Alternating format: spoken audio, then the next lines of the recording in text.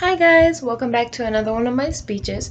Today we are going to be talking about a little bit of a tough topic, especially with teens and teen parents. We're going to be talking about teen pregnancy and how I think that the availability of condoms in schools will allow for lower rates in teen pregnancy, less STD transmission, and the promotion of safe sex with teens. Um, My sources are going to be coming from the American College of Obstetricians and Gynecologists, along with Teen Health and the American Health Foundation. So, my main point that I'm going to try to be getting across today to you guys is if we allow for condoms to be available in schools, I think those will encourage safe sex with teens and it'll lower our rate in teen pregnancy.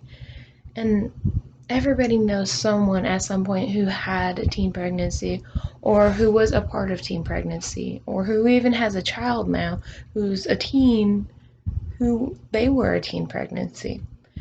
Our rates in Arkansas are known for being the worst in our nation.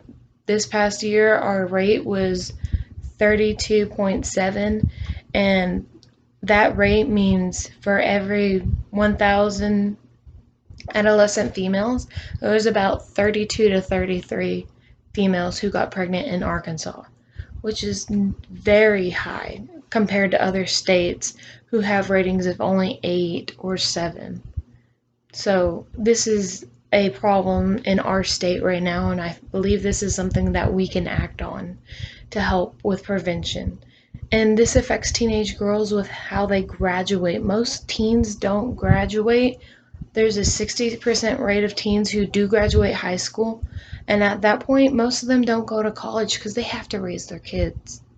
And this is a lack of education of STD transmission because plenty of teens get sick. I know people in my class who are sick with STDs. There's plenty of people who get pregnant from just having sex, and it happens.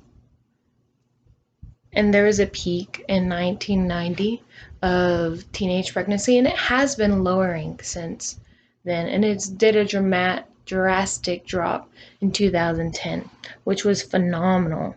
But we are still looking at teen pregnancy being a problem in schools and in teens. And I believe that we can drop this by allowing contraceptives and condoms to be more available to students. And it's influenced in these past couple years, I believe, with how we encourage the sex education in high schools that is allowed teens to be like, hey, this is a problem, or this is something that we don't need right now. We don't need to be parents as teens. So this has allowed teens to stop or to use contraceptives, because even using a condom sometimes isn't necessary. Sometimes you need an IUD or take birth control pills, which I even do that myself, but I do that because I had an extreme case of amenorrhea.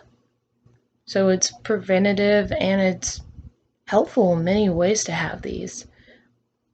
How it's influenced rates to drop in the past few years, it's just allowed our rates to, like, from 1990 to 2010, it had a drastic drop. And nobody really knows the main cause, but everybody thinks it's because of more education in our students. And I believe that we can even push that further. And I believe with an installment of condoms in schools that are free, that are low key enough that not everybody knows that you're going in there to grab one, that you're going to get one. Just like girls go into the nurse's office to get tampons or pads, we can allow that to be available in the same manner. And it can be safely monitored by our nurses, and it can be available to students. So it allow for them to just be confidential. So with simply addressing our country's high rate of teen pregnancy and installing free condoms in schools, we can encourage our students to prevent teen pregnancy and to have safe sex while in high school. So we need to get out there and make a difference in our communities and our schools. So thank you for listening to my speech.